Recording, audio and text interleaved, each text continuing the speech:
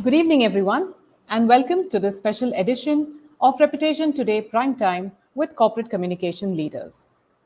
This edition of RT PrimeTime is presented in association with Kaizen.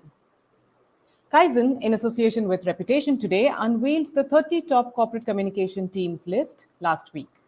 Today, we will hear from leaders of some of the teams who feature in the list. Today's session with these leaders will lay focus on what goes into building a high performing corporate communications team.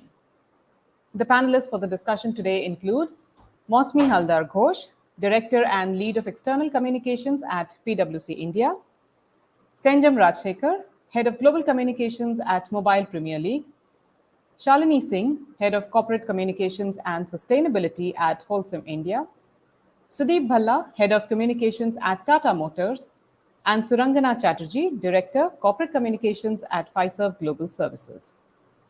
The panel will be moderated by Vineet Handa, founder and CEO at Kaizen.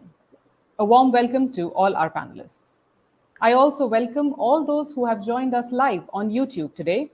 Please tweet your learnings using the hashtag RTPrimetime and don't forget to tag our partner at Kaizen.com along with Rep Today Mag. Over to you now, Vineet, to steer this discussion ahead.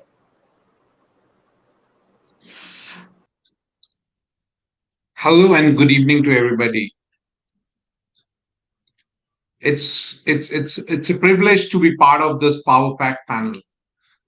The five winners from 30 top corporate communications team.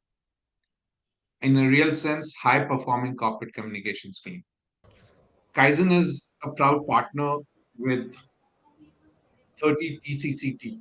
That's what we call as part of reputation today from its inception.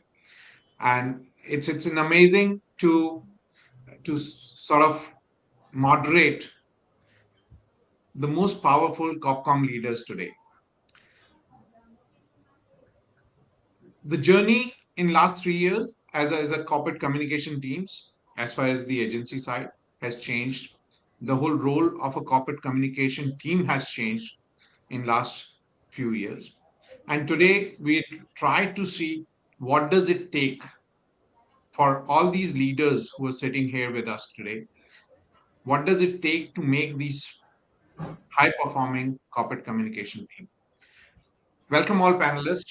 My first question is to all of you. If they can share certain insights on two basic points, what did it take for you to get into this list? What is it what you're doing differently to achieve this? You know, being top 30 list is amazing.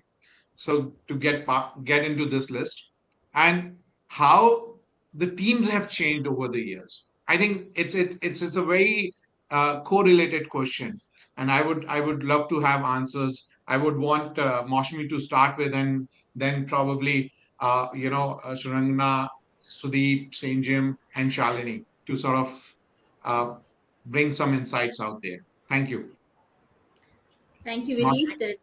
Vineet. Thank you, Vineet. Thank you for having me here. Thanks, Anubhuti. I think I'll start with the later half of your question that, how has the structure of the team changed? If we go a couple of years back, I think corporate communications was all about doing PR and managing reputation, etc. But today, especially at PwC, we have a very futuristic team structure which enables us to support business teams with integrated communication. So, right from content to PR to digital marketing to internal communications, creative services, video production, we have a full suite of offerings. So, in many ways, today we are an in house agency for PwC India. I think that essentially links to your other half of the question, that what did it take for us to come here? I think, yes, that structure, and you can only imagine the volume of work that we do across the gamut. And of course, nothing is possible without the visionary leadership and a very enabling ecosystem that almost allows us to function as entrepreneurs. We just take on a narrative and just debate it and just charge forward with making sure that we are touching the right stakeholders with the right messaging. So in all, I think these are the kind of things that has helped us reach this list. And many thanks to all my teammates, and especially our leaders, Nandini, who's the chief communication officers, and we are 38 of hers, 38 of her generals, so to say, who are managing this huge mandate. So yeah, very proud to be part of this Wow. list. Thank you. Wow. 38 people, large team managing Copcom. This is interesting. This is interesting. And I had a fortune to also host Nandini in the same panel last year. So it's interesting to see how it's sort of year on year you've been doing great. Thanks, Maushmi. Surendra, I'll come to you. What is the key takeaways? what did what is it what made you to get to this list? Thank you, Vineet, and further thank you to you, Vineet, and thanks to the Repetition Today team, for giving me this opportunity. I'm very glad to be. We're very proud to be part of it. Pfizer proud to be part of the top 30 Copcom list there, and a second in a year for this for us. And excited to join in such august company and to discuss about such a pertinent topic. So for us, really at the backdrop of one of the largest mergers in the payments and fintech industry with Pfizer when sort of first data coming together, for us it's been very close partnering in the transformation journey. So and something as cliche as this, but I think never goes out of fashion, is the whole the need to deliver value through business, and that comes through a lot of close collaboration with leadership. Moshin spoke about a very supportive ecosystem and leadership. So for us sort of continuing that journey has been a very strong alignment with leadership in terms of driving the narratives and hence using the communication tools around it. With the whole two entities coming together, it's been a lot of the whole cultural driving piece. And I think what we've also learned a lot with and really benefited a lot from, it was really involving our stakeholders, whether it's the leadership or the middle management team, all our employees, really looking at them as our storytellers. So everyone is a storyteller, whether you like it or not, externally or internally. So it's really about co-opting with them to deliver a cohesive message and getting that feedback mechanism to really see what's working, not working, skip level meetings, surveys. So I think that's really helped us. And to the second point, in terms of the teams, from my diaper days in PR, while I was also in the agency side previously, I've seen much smaller teams of Copcom, and like Maushmi said, was more just like a PR kind of discipline. It's become a lot more integrated, multiple disciplines, right from whether it's the content strategy or going up to the whole production piece that's being done in-house in terms of the whole creative piece, whether it's public policy, internal communication, digital press, industry associations for us is another big one. So yeah, it's multidiscipline, large teams that come together. And I think the key really is to stay connected while we grow big, but still stay small and stay sort of connected with each other so that it's one team that's delivering that one cohesive positioning. I think this is great, and especially when you are looking more from a global services point of view, it's interesting to see how you cooperate and work closely with the global teams and make sure that still winning awards here in India, which we've been seeing. That's great, Ramna. Congratulations, Mr. Bhalla. Amazing. Tata Motors always brings a smile on my face.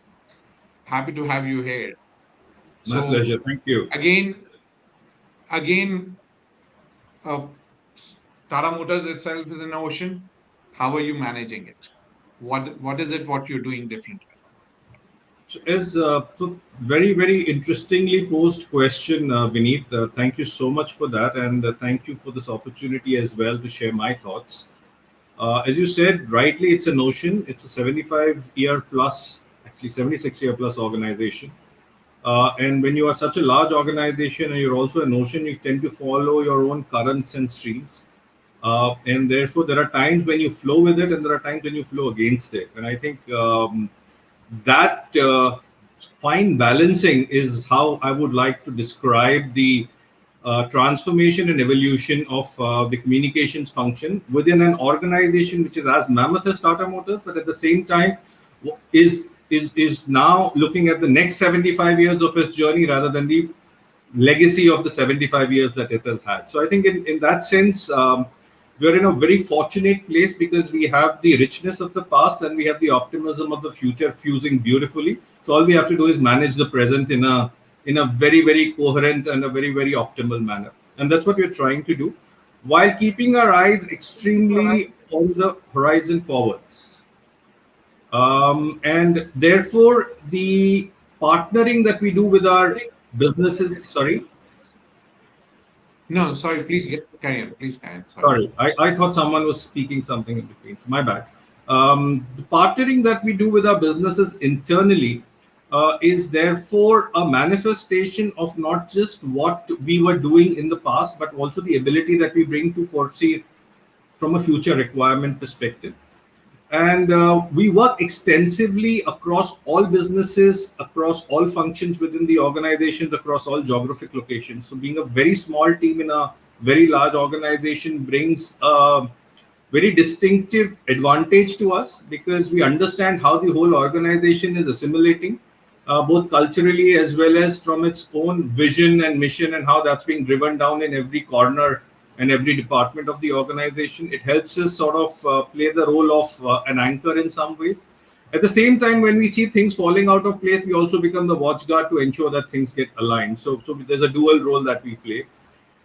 We tremendously focused on internal communications in addition to the external part of it. That is for us been one of the biggest, I would say, path-breaking achievements that we've been able to do over the last 18 months, and we take great pride in that because this was a 75-year-old company on whose cultural journey had for transformation had just about started there. Another element that we do is that we see ourselves as extremely solution-oriented function.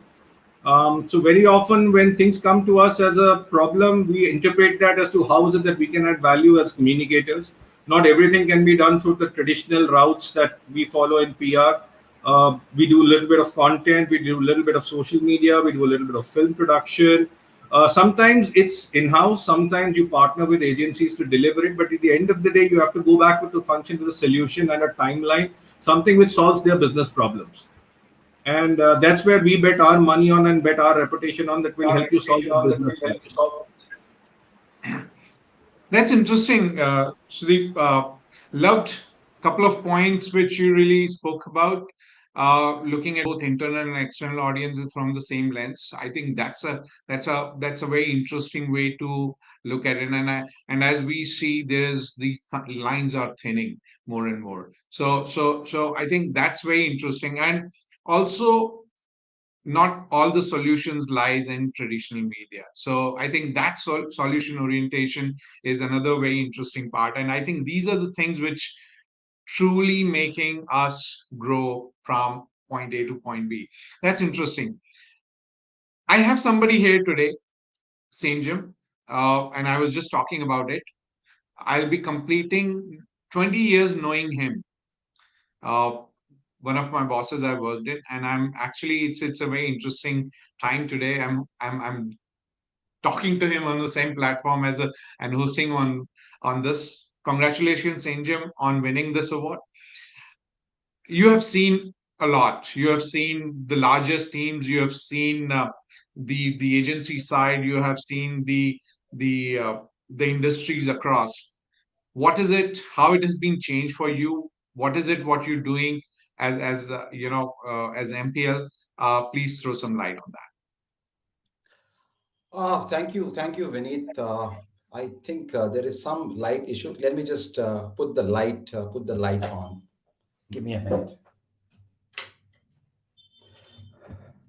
Sorry. Uh, I'm Go very, ahead, Sanjay. yeah, I'm actually very proud that that one of the persons that I recruited 20 years back today is heading a large PR firm that is actually giving competition to a lot of these multinationals that are there in the country and doing extremely well and actually sponsoring and doing a lot for the industry in terms of sponsoring awards, sponsoring events. So Vineet, I'm truly proud of the work that you have done, and the work that you're doing for the industry. Now, coming to MPL, we're actually a very young organization. We're just 3.5 years old. We are probably the youngest organization to feature in this list. Interestingly, the RT30 list started in 2017, uh, and early 2017, and MPL actually started in late 2018. So so, as a 3.5-year-old organization, it's very important for the communications teams to be focused on really delivering results for MPL, because we are at that stage in which we are laying the foundations, and we're just about ready to grow and grow much bigger. So two things that we do actually, which is, and we are very laser sharp focused on these two things. Number one is is really in understanding the business and being very close to the business. So as a communications teams, not only do we care about communications, we care about each and every business metrics that are available. Good part about MPL is that everything of MPL, which is either software or applications in which knowledge is there, or data is there, is available to us. We, for example, so there is this SaaS platform called CleverTap, which is like a customer lifecycle management. I go there almost every day to figure out which are the top apps, how many, what is the kind of time that people are spending on our app, what is the kind of retention that we have, what is the kind of geographies people are coming from. So all of that.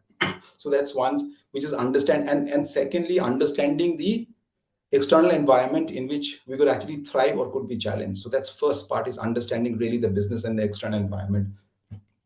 The second thing that we do very, very sharply is that whatever we do from a communications perspective is only to us delivering business impact and business outcome. We don't do anything which does not deliver outcome. For example, we do not chase number of clips. That's not relevant for us. We will not say, okay, here, let's do a press release, let's do all across the country, let's measure it by volume or output. We don't do that. We only measure by outcome, and what is the kind of value that we can bring into the company from an impact outcome perspective. If, for example, there is, if a particular initiative does not need to come out in the media, we don't go to the media. Maybe that initiative is better out on a simple social media platform. So it's very, very impact oriented, and these are the only two things that I think matter to us at this point of time.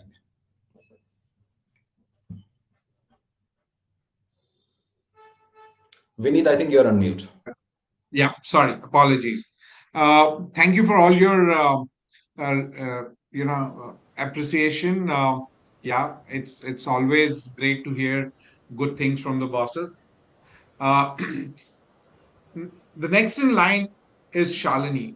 Shalini, 25 years in the industry now. Amazing journey. And you actually not only corporate communication, you also hold sustainability function for Holcim.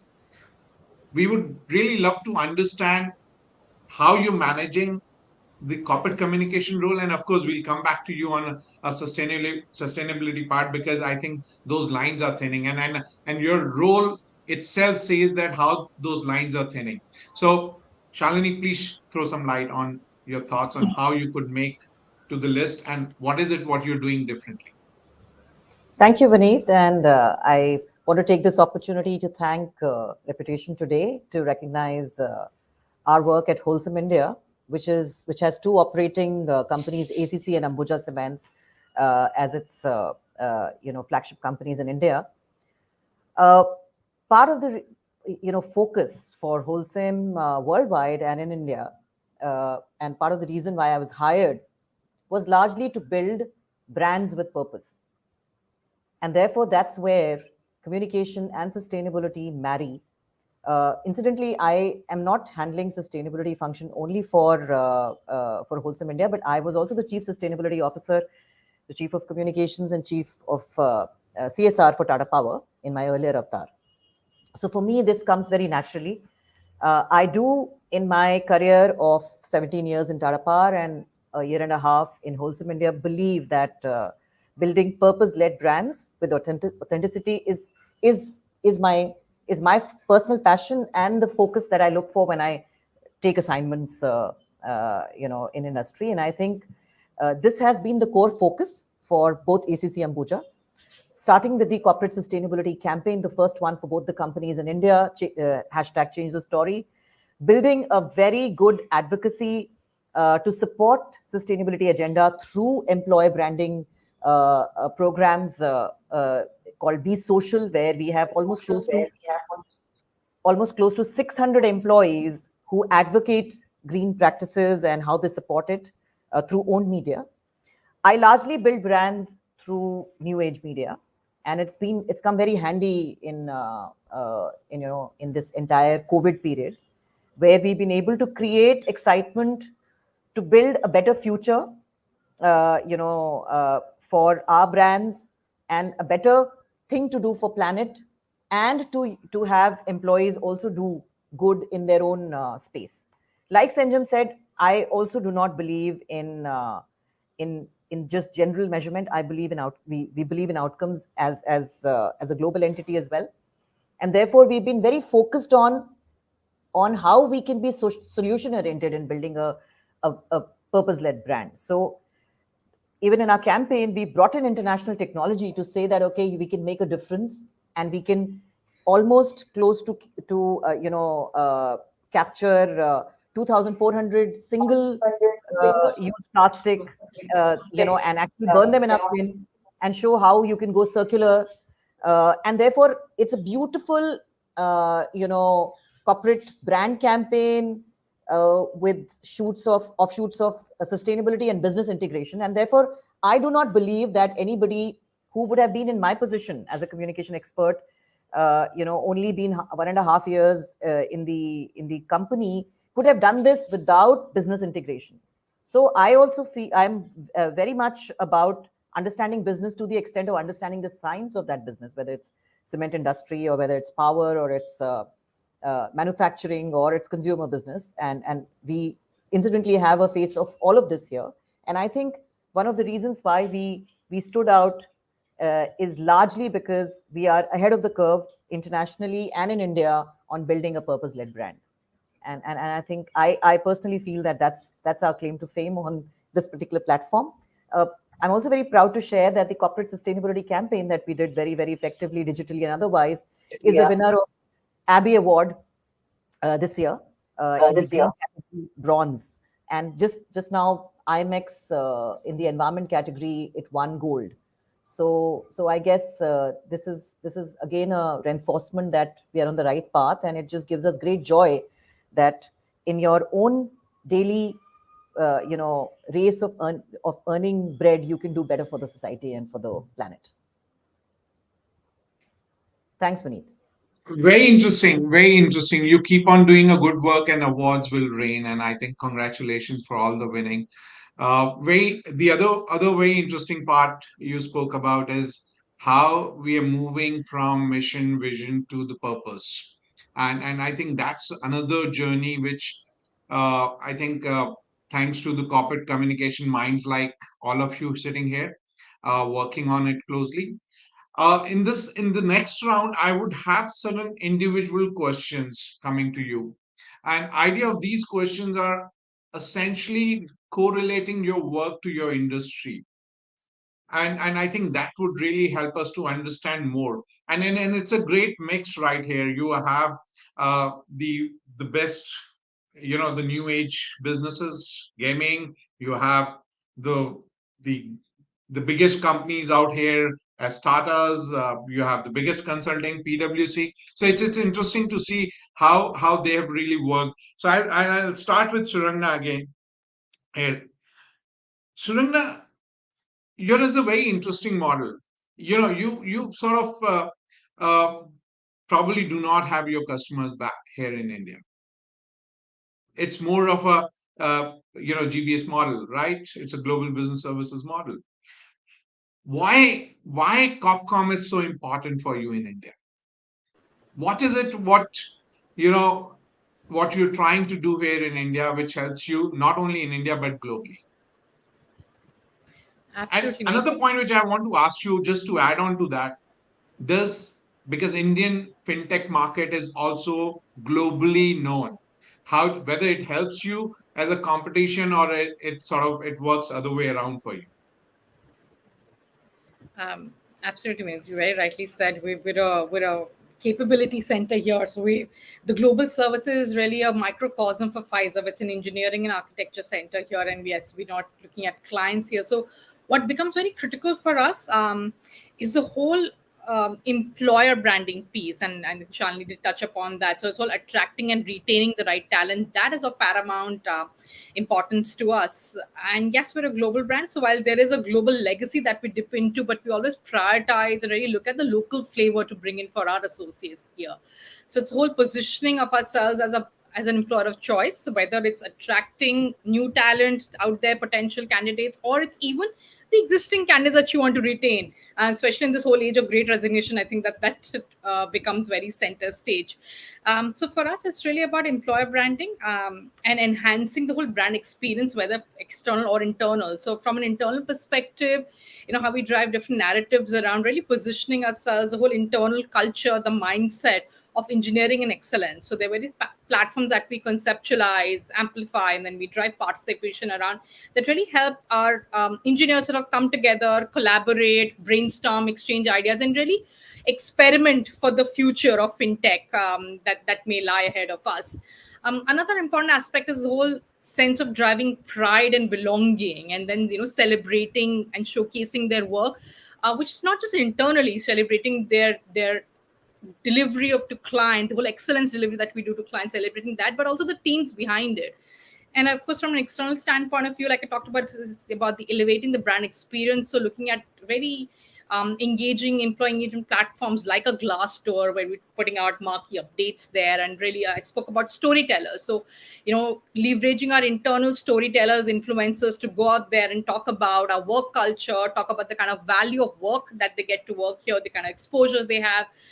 So to build that whole proposition for us as an employer of choice, so we're using those. And another interesting one that we do is around recruitment marketing when it comes in, working hand in hand with our talent acquisition team there, is the recruitment from a diverse portfolio. So we're in the Pride month, so we do have very, very high on our DNI ethos. So we look at hiring from the LGBTQI community.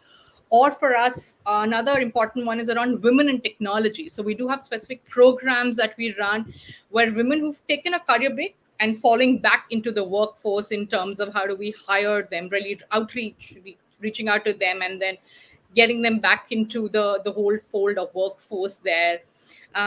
And of course, also looking at campus outreach, right? Looking at young engineering talent coming into our fold. Of course, the brass tacks of industry association, press, social media, where a lot of our audience are young engineers, are really present on the digital platform. So that continues to be part of our employee first engagement. And with the whole, I think, the great resignation phase that's in general in the industry and otherwise, for us being a very employee first organization, employee communication, employer brand building is really core of our business strategy, and not just the communication strategy. And that's where the whole understanding of business, the whole understanding of alignment with the leadership comes in very, very close for us.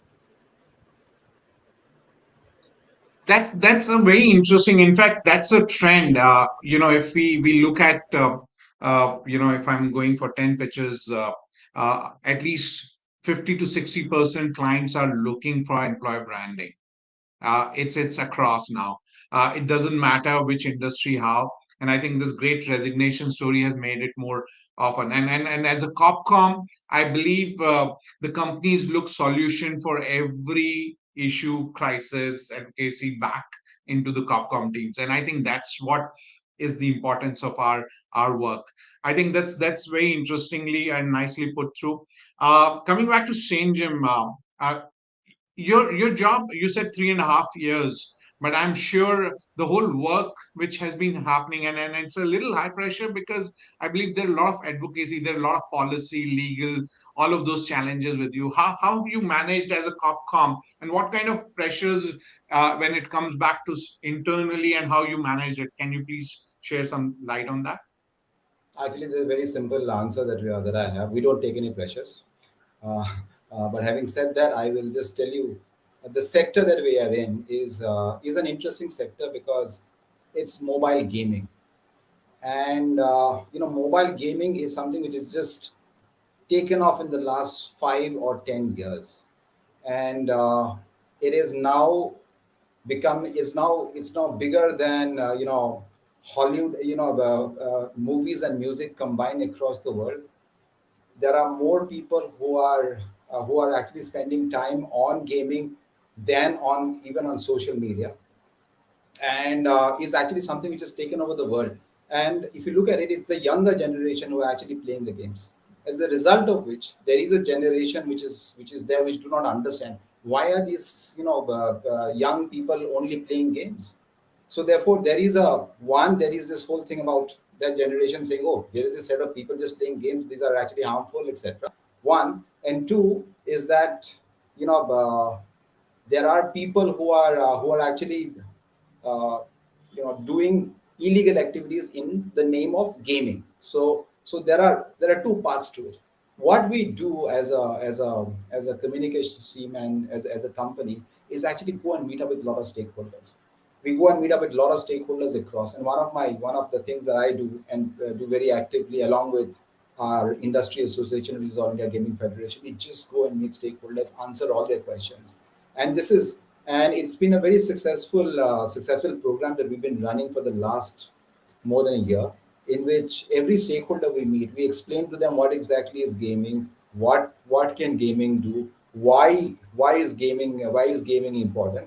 They understand, and we've been able to clear a lot of doubt, a lot of this thing. And it's a slow burn. It's a slow burn. We are actually meeting people one on one. We are meeting people one on many, but people are understanding. And if you look at it, people talk about metaverse now, but the earliest, but the if there are signs of metaverse which is happening, it's really in the gaming world. The first concert happened on a game. The first the whole blockchain metaverse, all of that is happening on the gaming platform. Is really at the cutting edge of technology, and this is something that people are now realizing. And yeah, so I think that meeting people, meeting stakeholders served us very well, and not taking pressure also works very well, Vineet. Interestingly, put through, when I say pressure, pressure is outside, not inside. And I think I can see that from St. Jim always.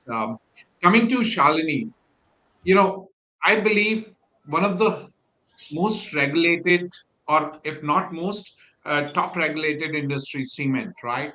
Also have challenges on ground from environment sustainability, and I can see your focus on ESG. And during COVID, of course, there were pressures on the business back. Uh, how have you managed as a Copcom? What kind of issues which you saw and how you managed it? So, by the way, as a country, we uh, we are way behind on our carbon targets. It's good to now take targets to go carbon neutral by 2070. I think that is a challenge which perhaps is there for most of the manufacturing companies in India. By the way, cement is free market. Power is more regulated than cement, so it's not as challenging. You can, if you have good selling skills and if you have good products, you can do a very good job. But I think what we've done very, very uh, focused and in a very interesting manner, as both ACC and Ambuja and as Wholesome as a parent, is taken the opportunity in COVID to bring in green products to India, green cements and concrete products. Like, of course, many of you will not hear about it because we barely construct in urban, cities on our own. But EcoPack, the range of concrete, plus EcoPlanet, the large range in cement. We've taken the opportunity to bring in a lot of green products and make it available to the construction industry. What we've also done very well is adapt digitalization in our own plants very, very quickly, without without worrying about where the industry is, and that's given us a lot of edge in terms of reducing our carbon footprint as the two entities in India. The regulatory pressures on certain things like disposal of more of alternate fuel for us, we were ahead of the curve. So thankfully, we are already at 10, 12%. And even I don't believe in taking stress. I think we have to find solutions and help the regulations and help the country shape regulations. It's an opportunity. It's actually not a stress.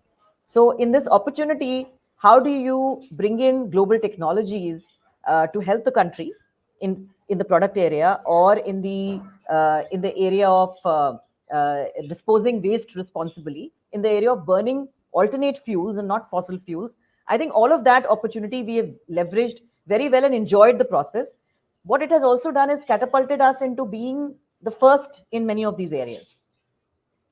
And I think that's where the beauty is when you want to do something different and innovative, especially in a period like COVID, and having a parent who's a European international parent. I think that really helped us, push the envelope. So we really thoroughly enjoyed, I personally thoroughly enjoyed bringing in some of the technologies like bubble barrier to India to collect plastic waste through my program, and through looking at various technology options, which I never had when I was in Tatas, because So you know what was the communication challenges, and how quickly your customers, whether it's B2B or B2C, adopted these new products, and how seamless was, or and how you manage the communication challenge out there, because any new innovation always comes with a cost. So yeah, if you yeah, can throw some light on absolutely. that quickly. So there were two. I will only talk about two of them, which comes very easily to my mind. One challenge was bringing in EcoPact, the concrete itself, to India, and through bringing in, we did various virtual press conferences in the 8 markets that we launched, which was of course studied by our marketing team. And by raising the awareness through owned media plus the PR part, we brought in credibility. And the India is the second largest market for the concrete today, and you'll be surprised to know that it has now become 12% of our total value added product within 6 months, which to the surprise of everyone was like a big thing. The other thing that we did very well was, uh, a year and a half ago, the industry doesn't have a focus on digital so much. And when we came in as a communication team, we said that, look, if we have to bring in more education and awareness, we need to have good social media presence. And we focused on LinkedIn, Twitter, Insta, and Facebook to do performance marketing. And that's one thing which is where we have, in 1.5 years, we are number one in the industry for both the brands on our digital followership. And we are able to also convert that into performance marketing. So now when we have captive audience on our own media, we really look at that to educate them on next practices, on best practices, create and work with green influencers in that space where we have control, rather than high spillovers through TV and others, which many of our competitors continue to do. So that's I think those two examples, In, I would say, Vineet, helped us. Interesting integration. I think the best way to sort of sustain your campaigns is integration. Uh, Absolutely.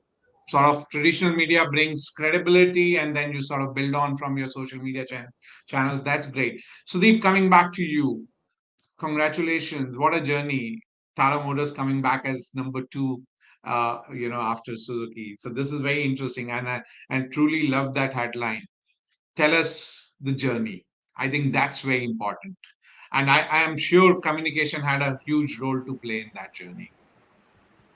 So yes and no to that question, Vineet, because as you can imagine, the vehicles, the ranking is based on the number of vehicles sold every month, right? And that's a very dynamic list in that sense. Yes, we in the last couple of months we have made in the last 6 months we have made entry twice, and obviously our intent and focus will be to ensure that we sustain there. But that's not going to be an easy task. We all know that. But "Lage raho" is the motto out there, and we sort of abide by it. But I think from a people perspective, and especially from a communications perspective, if I could summarize this, One is it has given a tremendous amount of faith, belief, and confidence within the team that yes, there's not a flash in the pan, it can happen, and we just have to do it. But I think if you look at it overall from a journey perspective,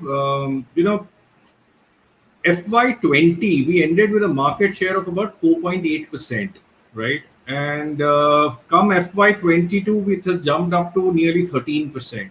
Now, that's like a 3x growth that you're talking about at a time when the world is sort of not doing too well. Everything from COVID to war to supply chain challenges. I mean, we've been reading all these things out there.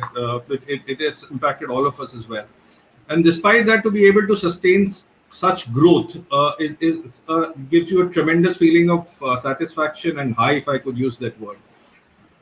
From a communications perspective, what we had to do was we had to sort of benchmark, and this was, I think, the toughest part of the journey, because the acceleration of the growth and the success had to be communicated in a calibrated manner, right? Because you don't want to go out and there, ki boss, main first aa gaya. Yeah, you don't want to go out there with a feeling or an emotion. You have to be very practical. You have to be very balanced, because these are dynamic numbers. At the same time, you want the right message to go out there. So I think the fine act of balancing from a communication perspective has been brilliant. Also, coming from the house of Tatas, there's a sort of culture that you follow. You're essentially not boastful about it, because whatever you do, it has to have more merit, it has to have more depth, there has to be a longevity to it. It cannot be a one-off sort of a situation. So we've been able to moderate that, we have been able to calibrate that in a right manner, and we've been able to build a convincing proposition. Like my colleagues mentioned earlier, we worked it in multi manner. There is obviously a strong component of media relations, because that's the amplification that you need. But there's a lot of depth that we have been able to bring with our own content that we have been able to create, just to sort of exemplify and build further confidence amongst the our followers on social media, as well as influencers out there, that what we're talking about is a sustainable proposition. It's about putting, brick by brick, such that you're creating the right monument, and you're creating a firm monument. You're not creating something which is erected in a hurry so that it can collapse. You're essentially ensuring that no matter what earthquake comes, you will continue to stand, and you will continue to thrive. I think that's the message we want to leave out there. And fingers crossed, if you believe we have been able to sort of do that right, then I guess something we are doing right. So thanks to the team for that. Definitely, there are lots of things which you're doing right, and I believe the interesting part is you're a brand of choice across all markets. So from a C to A, all. So I think that's another part, and the role communicate as a communicator you have played is interesting. Moshmi, coming back, you run an agency inside a company. That's how I really see that, right? Now, how easy and difficult it is to do that, and how are you able to manage, because you actually have probably uh, uh, 20, 25, or probably more, 50 stakeholders inside. How are you managing to keep them going? How has it been in last 2.5 years? And also externally, there is a tough competition for you. So I'll just tell you that our stakeholders are all partners, and it is 450 plus. So yes, that's the kind of audience size that we manage only in India, and there is the network as well. Um, I think there is a science to it. I think we prioritize a few things that we want to do, and not try to do everything. So in terms of and the priorities are aligned to the outcomes. Like Sanjam said, that nothing we do is something just for the sake of it, but we know that it is going to have a tangible impact on business. So with the pandemic, I think there is a huge shift, and being a legacy partnership, we are not a very big spender on marketing budget. So much of what we do is through owned and organic. We have great one-on-one relationships with media, and the knowledge we produce, I think, is our biggest strength. So we use that to get as much as earned coverage as possible. In terms of what we did for our talent branding, which is, like Suranga mentioned, the biggest challenge that we've been facing, if I say over the last 18 months, 20 months. So again, talent branding is a huge aspect of our work. Internal communication has been the hero for the last 18 months. You all have seen how, staying connected and feeling cared for has been such an integral part of what the organization today stands for. So I think our energies were equally focused on that. From the creative services, which is our largest team, in fact, we took on the mantle to produce a lot of audiovisual content, because that's the way we engaged with all our audiences during the remote working period, and I think that continues. So whether it was managing the client touch points with the conversations of experts, the world was on the webinar, so were we. So that aspect, and as well as creating bite-sized narratives that can go, whether it is to our business audiences, to our clients, to our talent. So we produced all of that in-house. So I think in all aspects, we prioritized the objective, the communication objective, drew out a plan, very intelligently invested monies where it was important, because we are a frugal team, and we believe that any investment has to be valued. So we really chose where we want to invest in, and I think it has paid huge dividends, because we've seen our followership on social go really really high. Our chairman is more sought after on digital as a thought leader. We've seen our campus thing and our Insta follower count go up. We've seen a lot of engagement with the business content that we produce. We've seen phenomenal press coverage with a lot of knowledge, things that we did around recovery, around cybersecurity, around value deal valuations.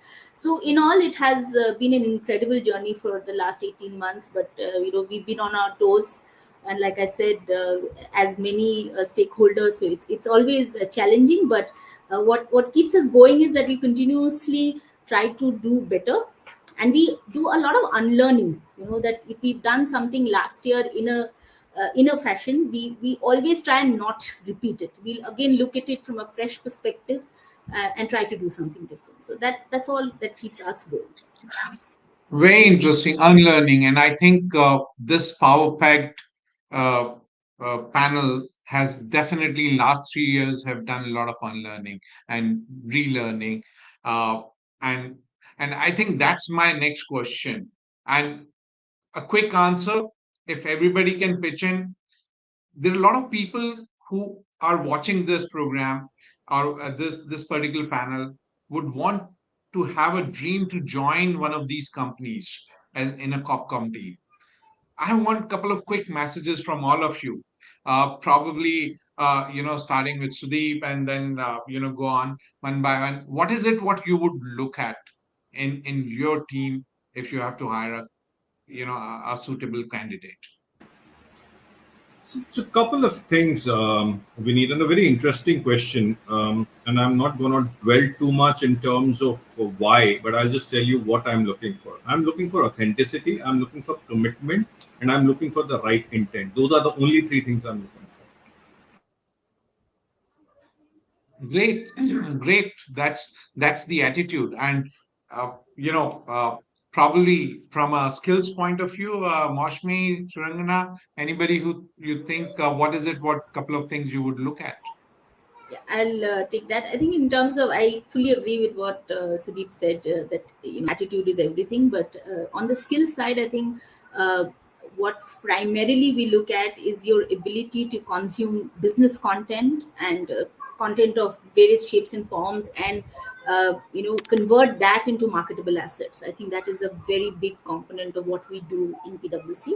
And secondly, I think we look at an analytical frame of mind. So anything and everything that you do, whether it is to do with data or your performance marketing campaigns, everything has to be analyzed. So one has to have that bent of thinking. So these are the two things at my end.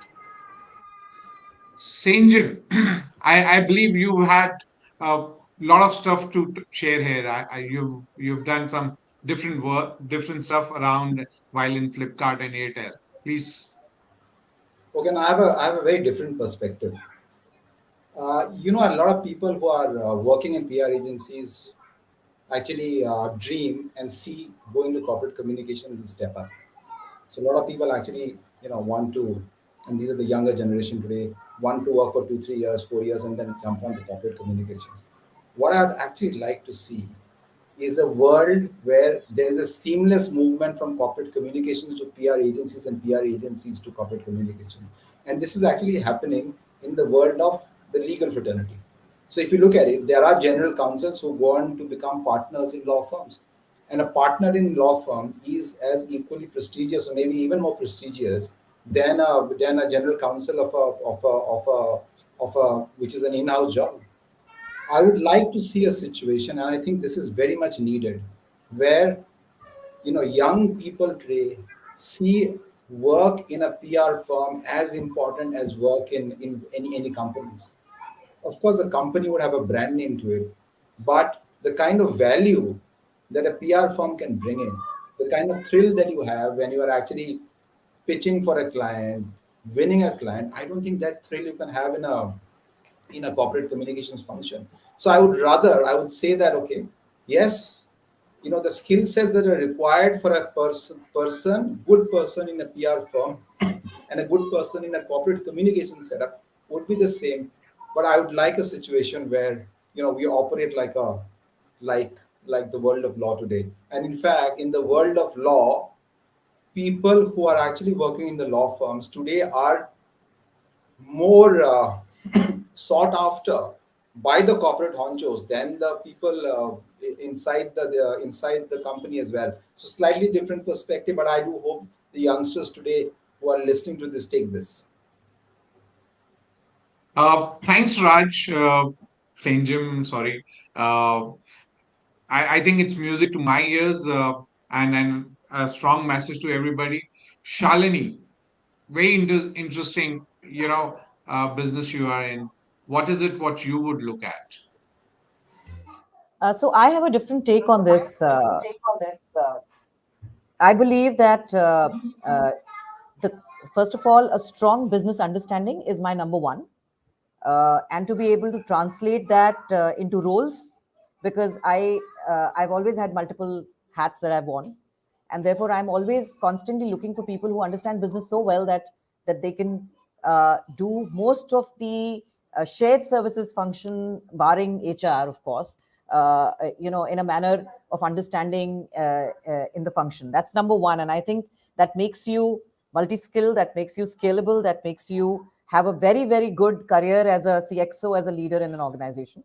The second thing that I learned, and I want to tell people that it's very, very critical, is the digital skills and the understanding and analytics and the supporting data, the entire data analysis area.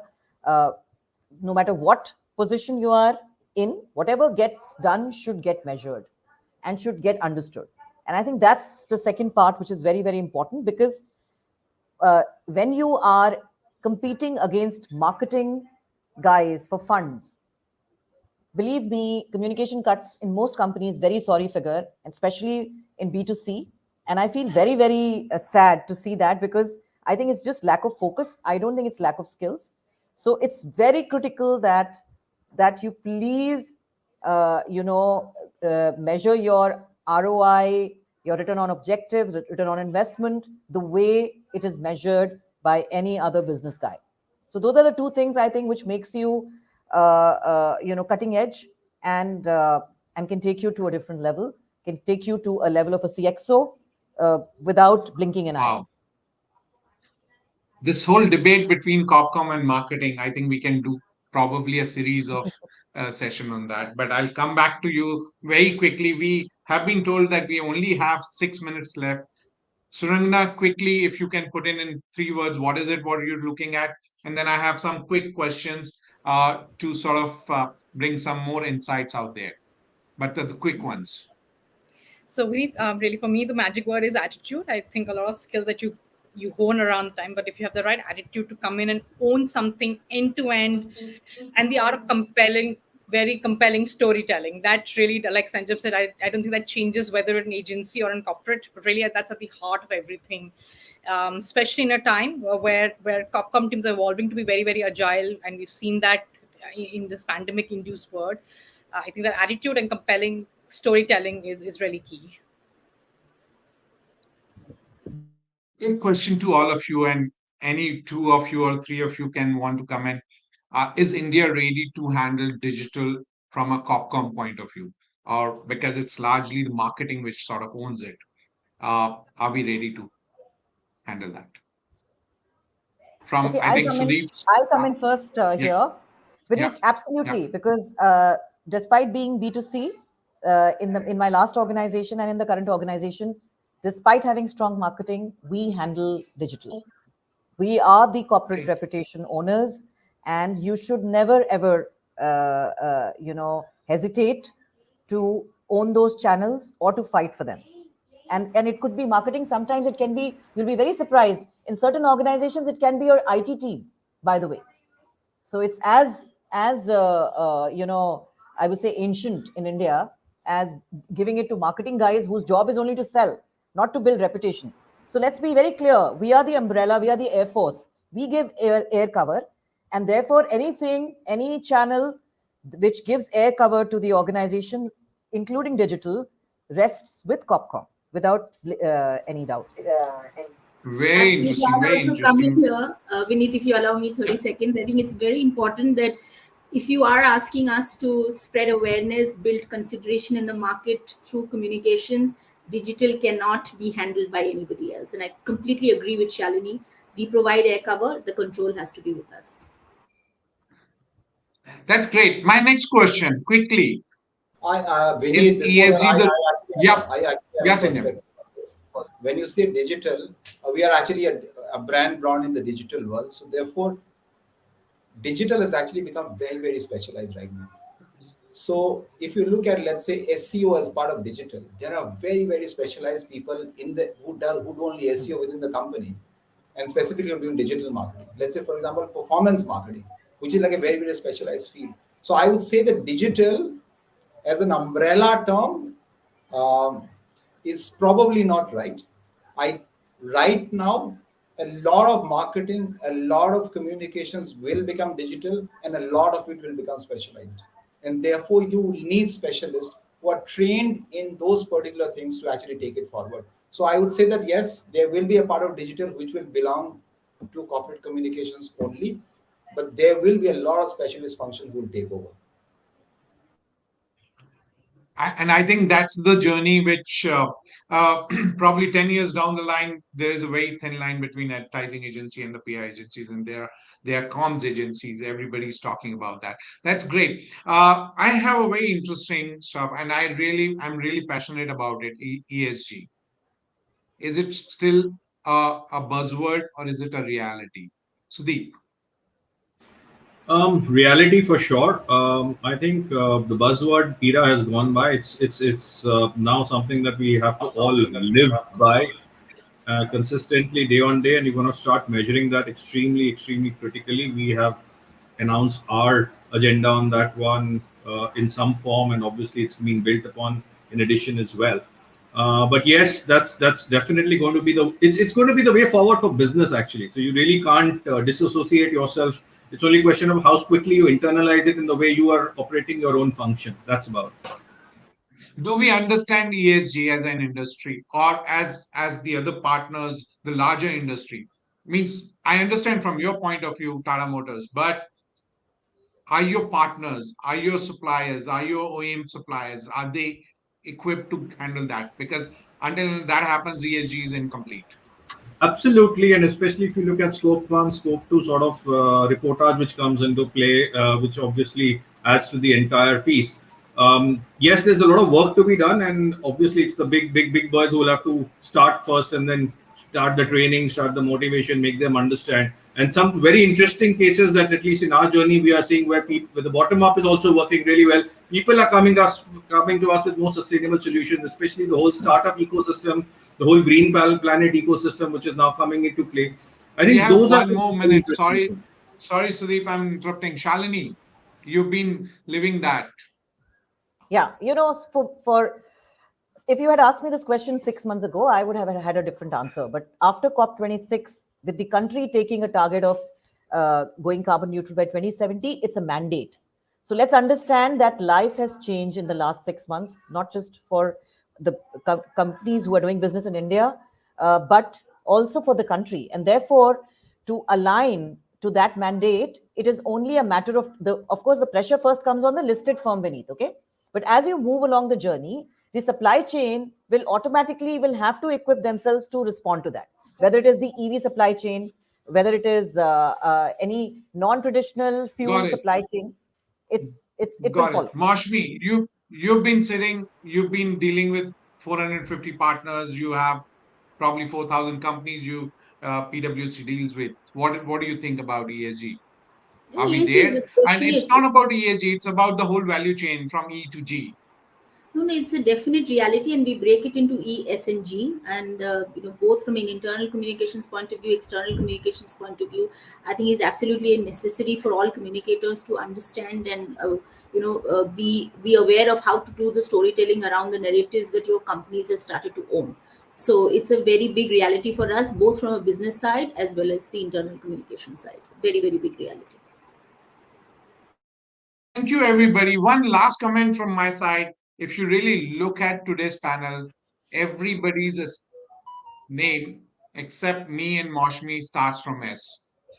Uh, and I think that's very interesting. Thank you, everybody, Sanjam, Sudeep, Shalini, Surangana, and Moshmi for joining us today. Once again, a big congratulations on Thank winning you. the 30 top corporate communication teams in India. We all look forward to see you during Praxis in August. It's just, I believe, 40 days from now, 42 days from now. And that's going to be an exciting. Thanks once again for joining us today, taking out your precious time on Thursday evening, sorry. Apologies. Over to you, Anubhuti. Thank you, Vineet, for this fabulous discussion. Indeed, some great insights there. I'm sure all our learners are going away with a lot of learnings and tons of inspiration today. I thank our panelists, Mosmi, Senjum, Shalini, Sudeep, and Surangana for their time today. Thank you so much, and wish you all the very best. If you have signed up for Praxis, we look forward to seeing you in Chandigarh on 5th of August. In case you missed signing up for this edition, we will be opening registrations for Praxis 2023 soon. Follow us at Rep Today Mag on Twitter, Facebook, LinkedIn, and Instagram for all updates. Have a great evening ahead.